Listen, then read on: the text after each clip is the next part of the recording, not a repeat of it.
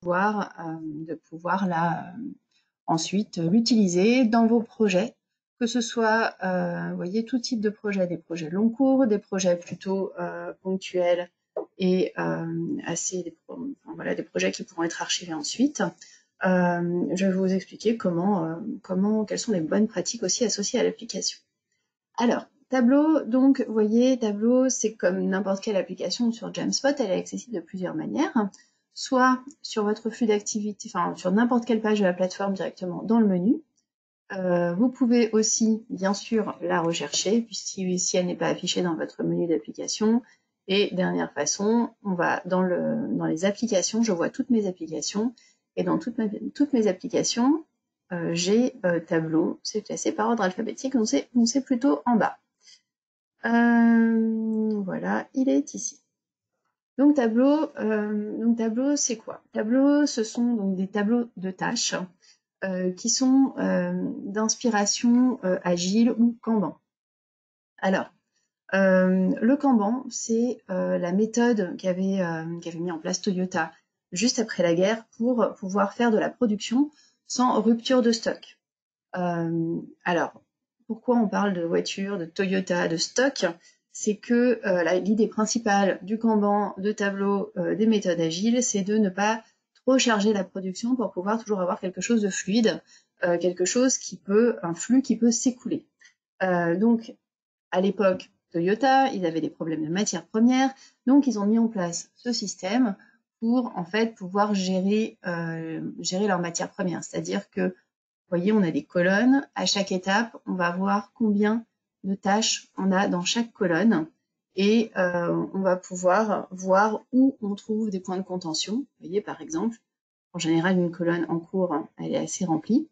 Et les points de blocage. Donc ça permet à la fois de gérer son flux et d'identifier des points de blocage. Donc c'est la même chose dans n'importe quel projet. On parle d'acier après la guerre. Aujourd'hui, on parle plutôt on va dire de jour homme ou de force de travail, puisque dans le numérique, en général, voilà, on n'a pas vraiment de matière première. Par contre, on a vraiment besoin d'humains.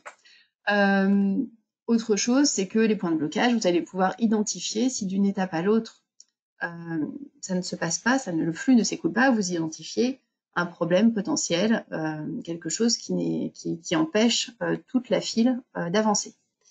Voilà pour l'esprit. Alors, à l'écran, vous voyez donc un exemple. Un tableau qui s'appelle événement client. Alors si vous voulez, on va revenir sur l'accueil de mon application. Vous voyez donc application tableau et je retrouve tous mes tableaux ici. Alors là, j'en ai assez peu, finalement j'en ai que 2.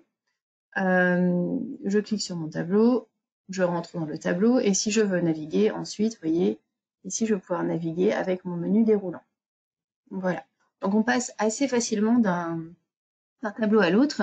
Ce qui est très intéressant aussi, c'est que parfois on peut bouger une tâche d'un tableau aussi à l'autre.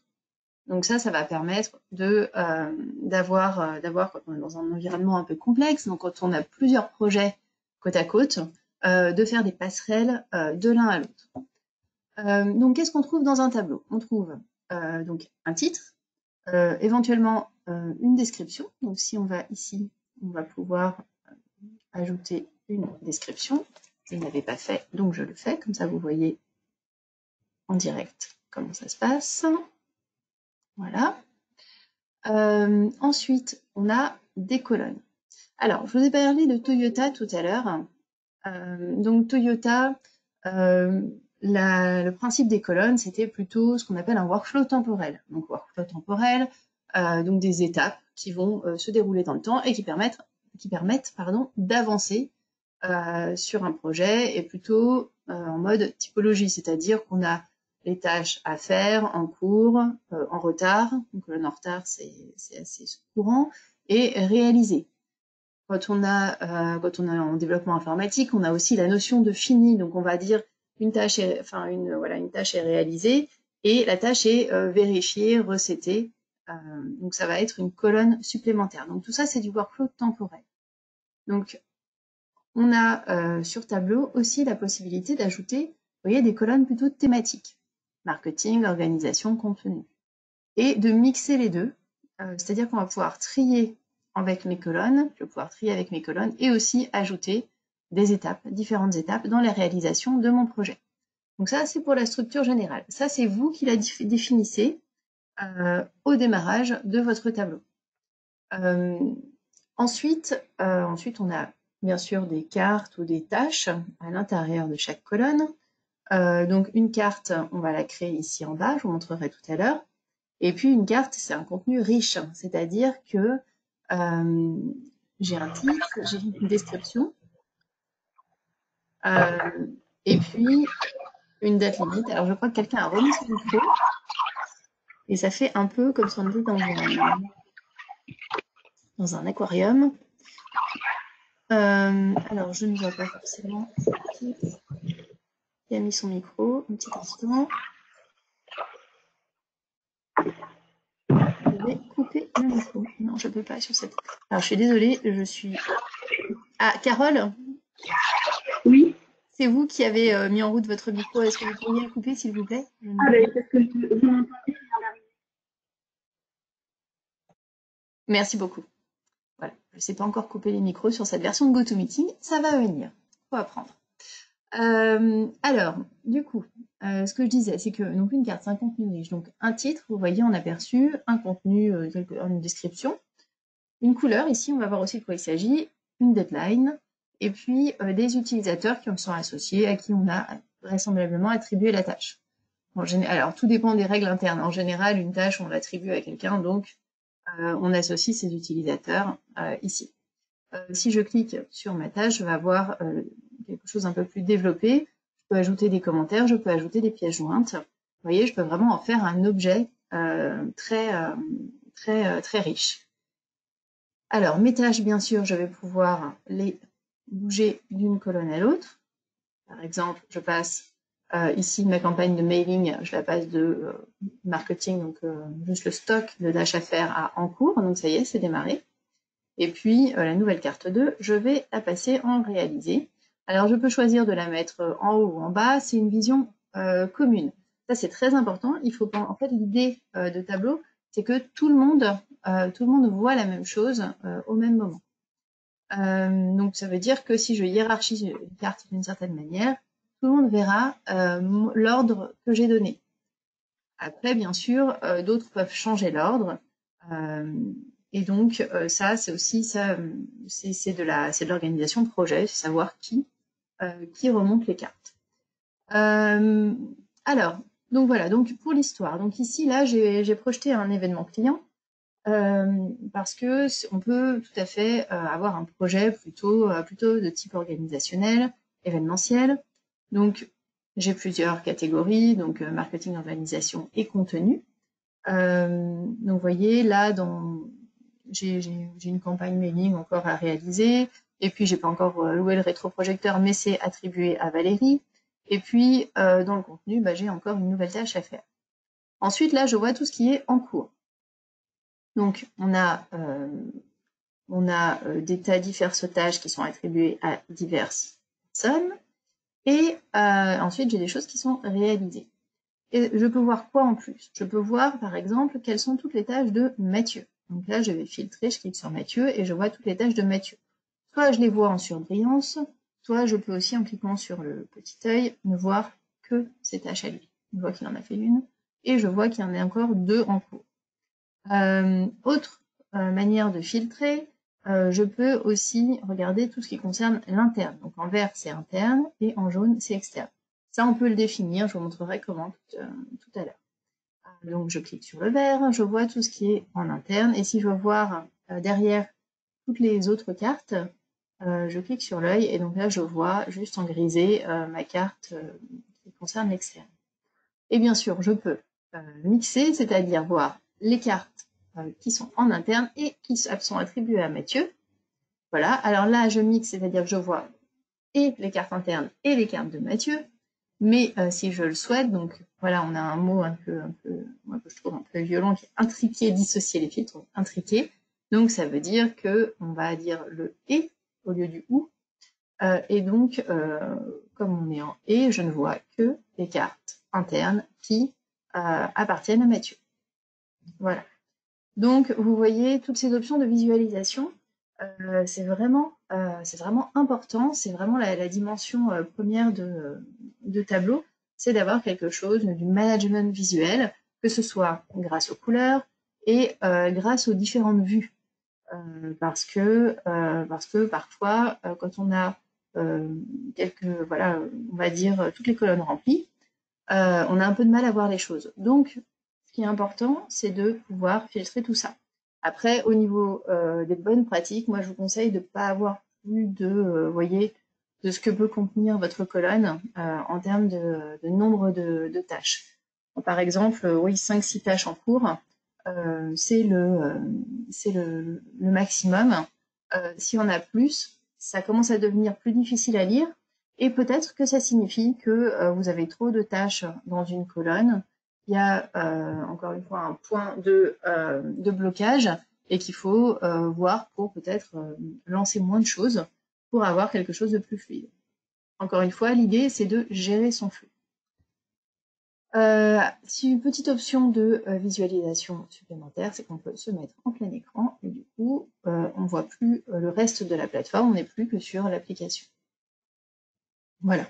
Donc voilà pour le principe. Alors si on va regarder du côté de mon autre exemple, donc qui s'appelle site e-commerce.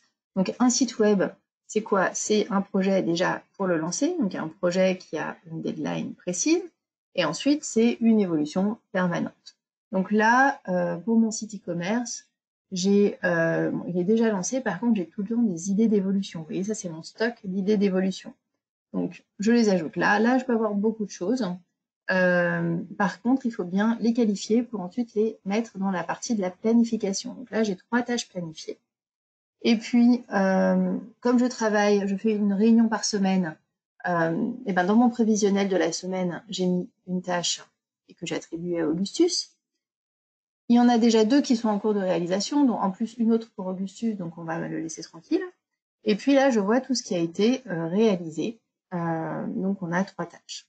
Bien sûr, j'ai toujours cette question de couleur. Vous voyez, là, j'ai une autre légende, donc vert, suggestion client, demande interne, commande fournisseur et évolution technique.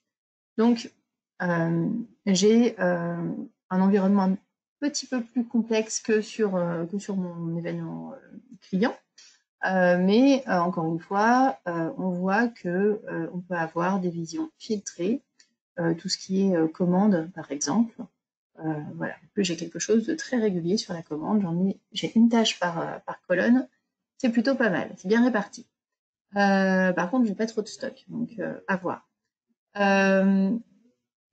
Dernière chose, c'est que ici, vous voyez, vous avez des commentaires. C'est un tout petit peu plus riche. Donc là, je peux voir que j'ai un commentaire. Je clique sur la tâche pour aller le développer. Et puis ici, sur cette tâche, elle est intéressante parce que j'ai fait des liens.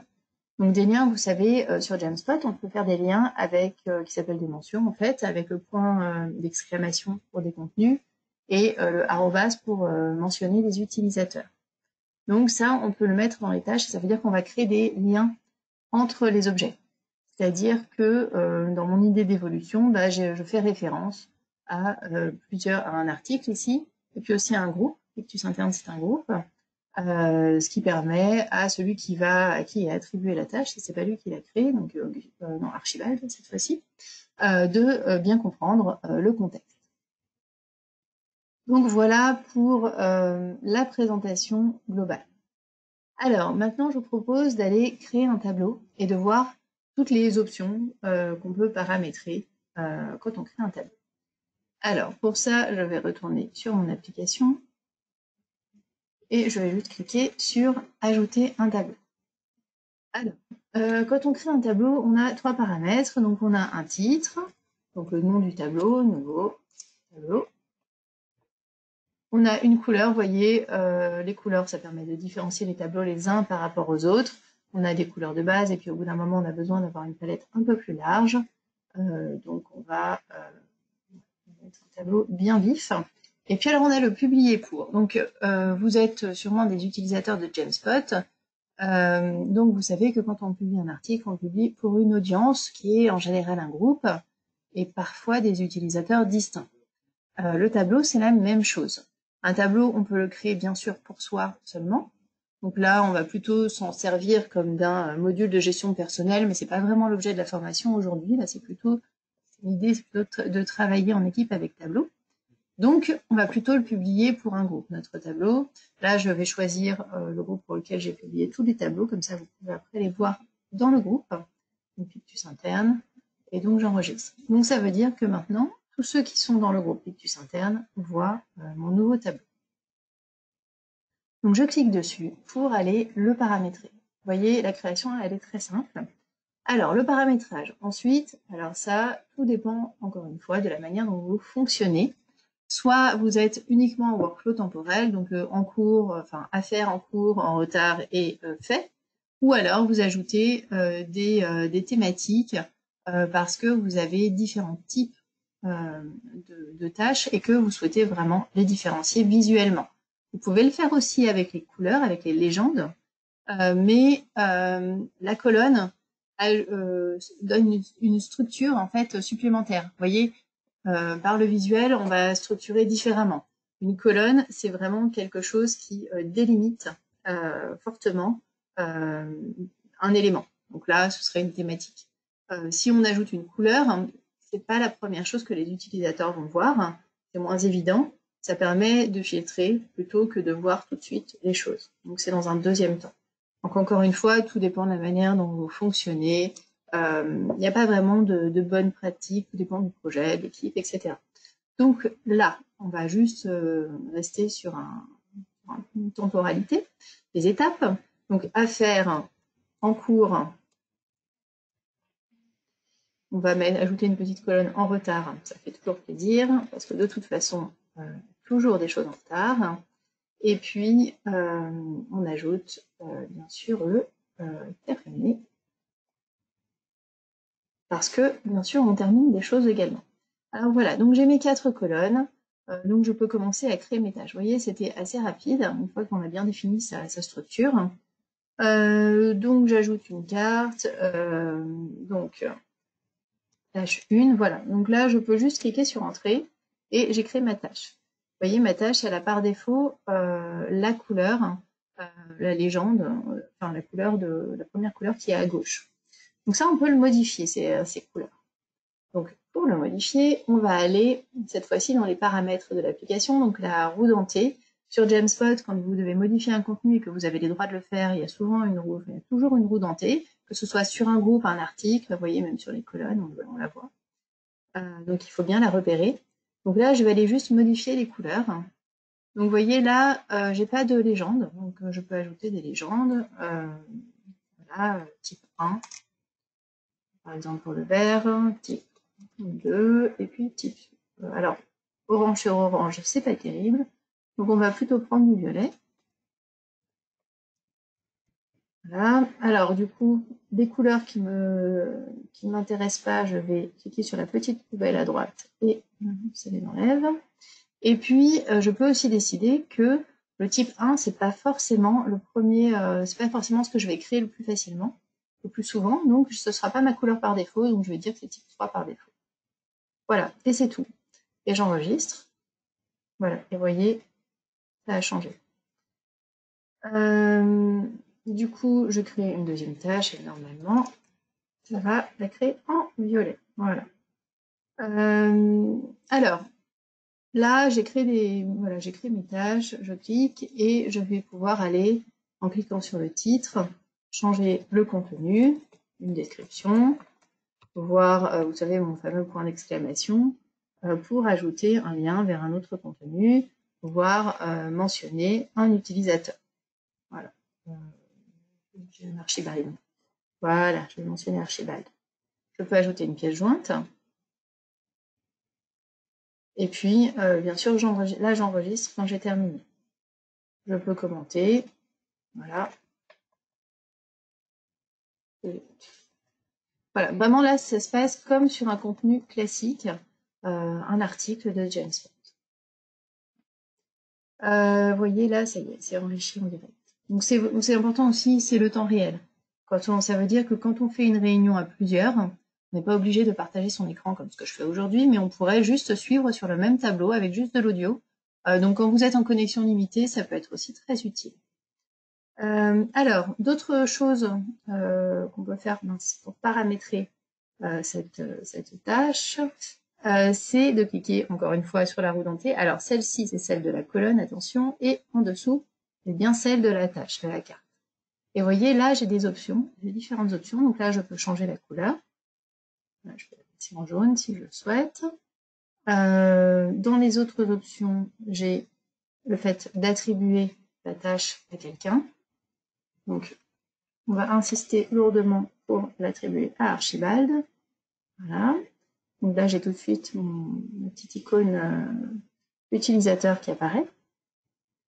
Ici, je peux ajouter une date d'échéance. Donc, si on fait par exemple, si on la fait demain, voilà, vous voyez, du coup, le 8, donc l'échéance c'est demain. Vous avez vu tout à l'heure sur l'autre tableau que la petite horloge était en rouge, c'est parce qu'elle était en retard. Sinon, si on est après-demain, ce sera la date qui sera affichée. Autre option, nous avons la possibilité de copier une tâche, c'est-à-dire que je vais la dupliquer et je la mets soit, c'est ce que je vous expliquais tout à l'heure, soit je la mets dans le même tableau mais dans une autre colonne, parce que j'ai besoin pour une raison ou pour une autre de la dupliquer, soit je peux aussi la mettre dans un autre tableau, je la mets dans événement client, je sélectionne ma colonne, voilà, et j'enregistre. Et elle a été créée dans mon autre tableau. Ça veut dire que si je vais ensuite dans l'autre tableau, alors, j'ai mis dans événement client, c'est ça. Voilà, ma tâche 2, je la retrouve ici. Et puis, alors, qu'est-ce que je... Mince. Ça, on le fait souvent. Alors, qu'est-ce que j'ai pas donné comme... voilà.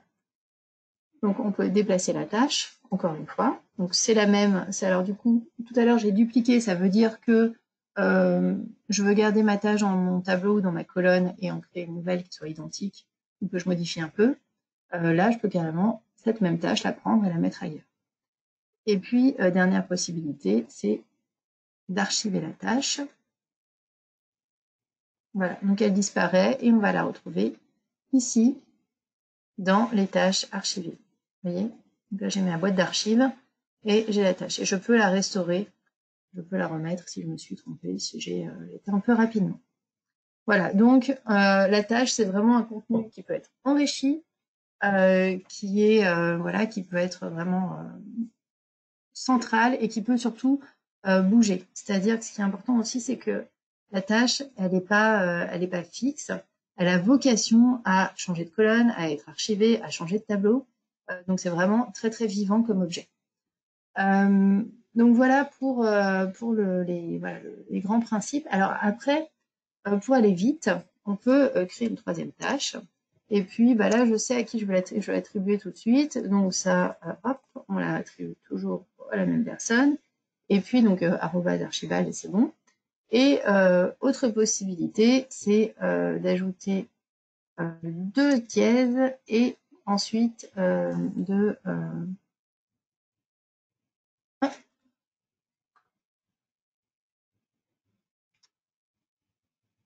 et ben alors, voilà. Donc du coup, le raccourci voulait pas trop le faire. Bon, très bien. Voilà. Donc, du coup, normalement, on a l'autocomplétion qui permet, mais là, je ne sais pas pourquoi ça ne fonctionne pas. Ah si, ça y est. Voilà, petit loupé, donc on va pas mettre 2 fois. Je ne sais pas ce que ça fait. Je pense que c'est pas très bon si on met 2 fois une étiquette. Je ne sais pas laquelle elle prend en compte.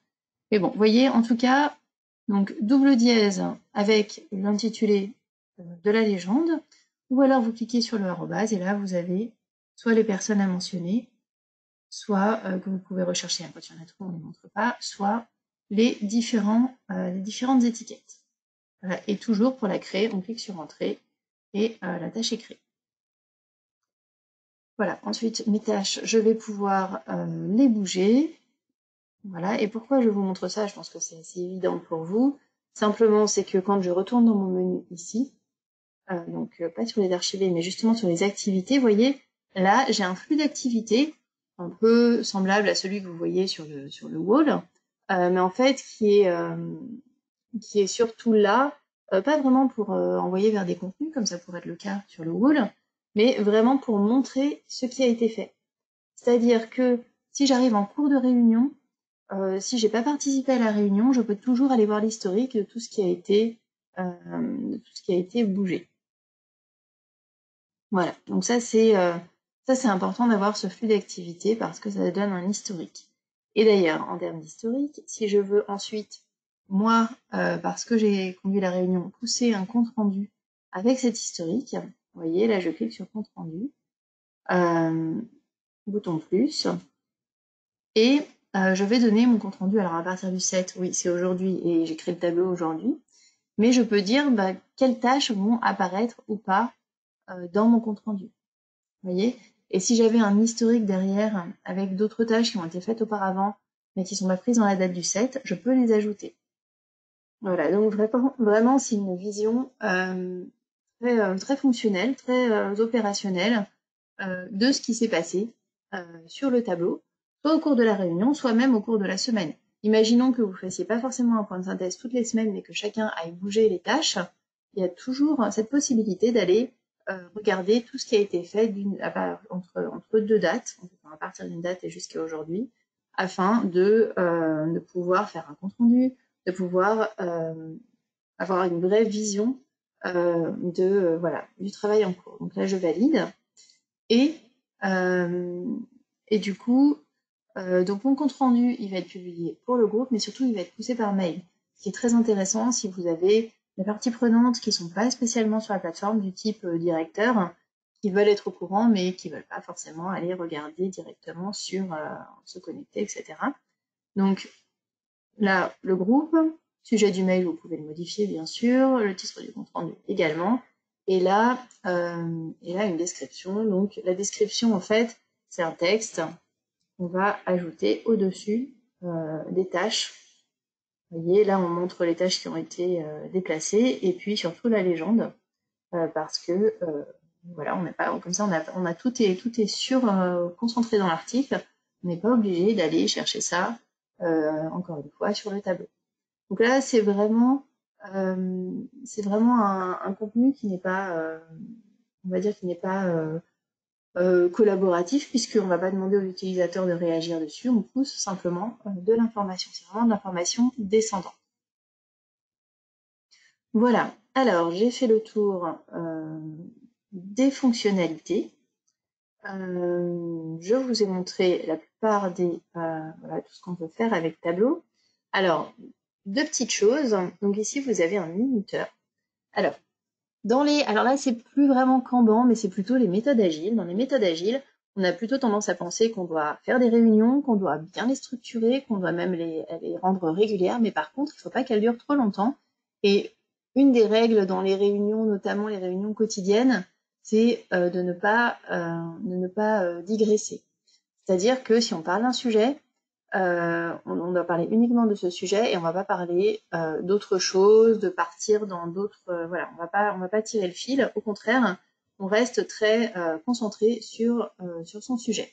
Donc le minuteur, vous voyez, ça permet de dire, voilà, on parle d'une carte. Une carte, c'est encore une fois une unité thématique, un sujet. Et puis on se donne 1 minute 30 pour en parler. Alors dans les méthodes agiles, en général, on va dire quotidiennement ce qu'on a fait la veille et ce sur quoi on travaille. Donc ça peut être une tâche. Voilà, j'ai fait la tâche 2, hop, et pendant 1 minute 30, je peux en parler. Je peux dire mes difficultés, mes besoins d'aide, ou alors tout ce que j'ai réussi. Mais je peux lancer le minuteur, encore une fois, pour ne pas que ça dure trop longtemps et que la réunion reste dans les rails. Donc ça, c'est assez ludique et c'est un bon tibétain, le bruit à la fin. Et surtout, c'est très très efficace. C'est vraiment un outil d'efficacité. Moi, j'aime beaucoup. Et vous pouvez aussi, si vous voulez vraiment ne pas durer trop longtemps en réunion, ce que font les gens dans les méthodes agiles, c'est les faire debout. Ça aussi, moi, j'aime bien le faire parce que effectivement, ça évite d'y passer la matinée. Donc voilà pour les options. Donc je vous avais déjà montré ici la modification des couleurs. Simplement, j'ajoute que vous pouvez remodifier les propriétés du tableau, notamment le titre, avec le lien modifié. Et alors, export JSON, alors ça fait un peu rugueux comme terme. Simplement, c'est, je ne sais pas, vous connaissez peut-être Trello. Donc, c'est une application qui, elle, n'est pas liée enfin, qui est juste une application du marché et qui fonctionne sur le même principe. Et donc, on peut soit prendre un Trello, l'exporter en JSON et le mettre dans Tableau, soit on peut aussi exporter son tableau et l'importer sur Trello. Voilà. Et puis, dernière chose, on peut archiver son tableau une fois que le projet est terminé, histoire toujours d'avoir ce management visuel et d'avoir un peu de clarté dans ce qu'on fait. C'est important de ne pas en avoir trop sous les yeux. Donc, les tableaux les tableaux des projets terminés, on les archive. Voilà. Et toute dernière chose, je vous ai parlé du groupe. Donc, le groupe, il s'appelle Titus Interne chez nous, enfin, sur ma démo. Et donc, j'ai publié mon tableau pour le groupe. Donc, comment on voit les tableaux dans un groupe? Tout simplement, on a un onglet ici qu'on va déployer dans les paramètres du groupe. Et dans l'onglet tableau, je retrouve tous les tableaux qui sont publiés pour mon groupe. Je peux aussi, comme sur l'application globale, ajouter un tableau. Et si je clique sur ajouter un tableau, vous voyez, il est dans le contexte, donc il est publié automatiquement pour le groupe. Voilà. Alors, j'ai fait le tour de ce que j'avais à vous dire, donc n'hésitez pas à réactiver vos micros maintenant si vous avez des questions à poser.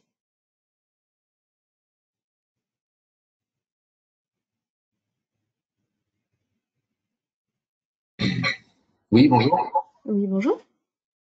Olivier à Lyon.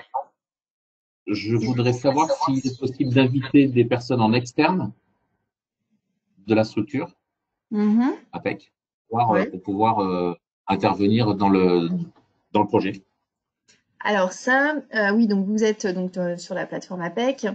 Alors le droit d'inviter des personnes externes, ça c'est pas lié à l'application Tableau, c'est bien lié à la gouvernance de votre plateforme.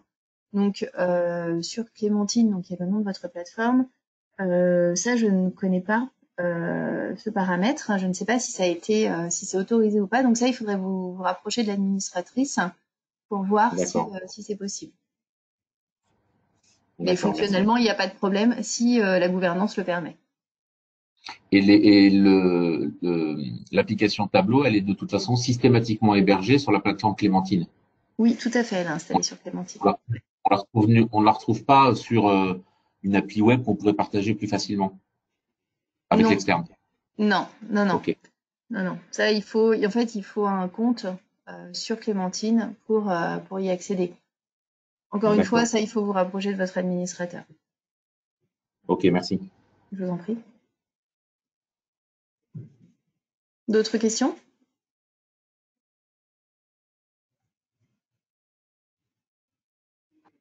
Non, c'est bon. Oui, moi j'ai une question. Oui.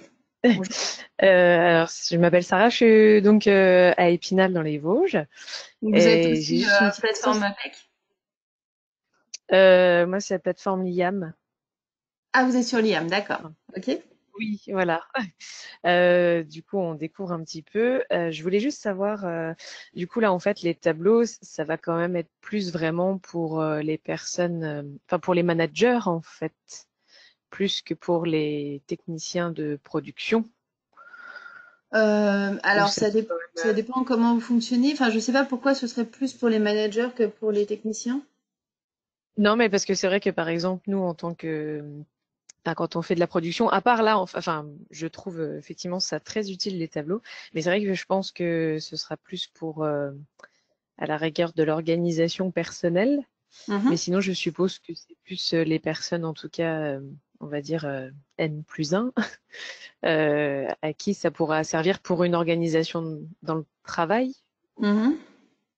Alors, donc du coup, ouais. je sais pas ce que vous en pensez, mais c'est parce que j'essaye d'intégrer ça pour pouvoir après l'expliquer par la suite. Donc, c'est pour ça, essayer de dire à qui ça pourra vraiment plus servir, en fait. Ouais, alors ça dépend vraiment de la manière dont vous vous organisez, effectivement. D'accord. Il y a plusieurs façons, hein. Alors c'est vrai que pour le personnel, c'est vrai que c'est très pratique, parce que comme ça on voit ses tâches mais ce qui peut être intéressant, alors bien sûr, pour le manager, c'est aussi ou le chef de projet, ça permet d'avoir une vision du flux, et c'est vrai que c'est quelque part la première cible, mais on peut imaginer aussi que avec un management qui est plutôt ouvert, on peut avoir chaque collaborateur un tableau équipe, et chaque collaborateur qui ajoute ses tâches et qui montre où il en est. Parce que ça aussi, ça peut être intéressant pour le manager d'avoir un feedback sur la charge de travail de ses collaborateurs. Et comme ça, il voit combien de choses sont en cours. Ça peut être une piste. Oui, aussi, d'accord. Oui, effectivement. Oui, bah, merci beaucoup. Je vous en prie. D'autres questions?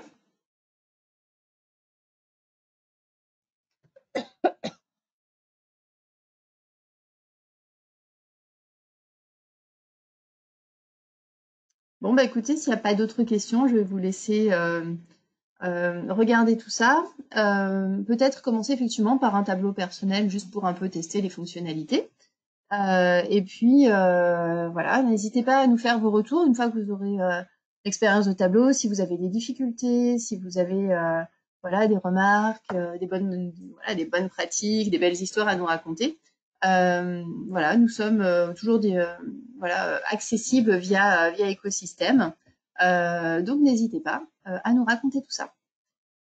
Bon, bah, s'il n'y a pas plus de questions, je vous laisse et puis je vous souhaite un bon vendredi et un bon week-end par anticipation. Au revoir. Merci beaucoup. Au revoir. Au revoir.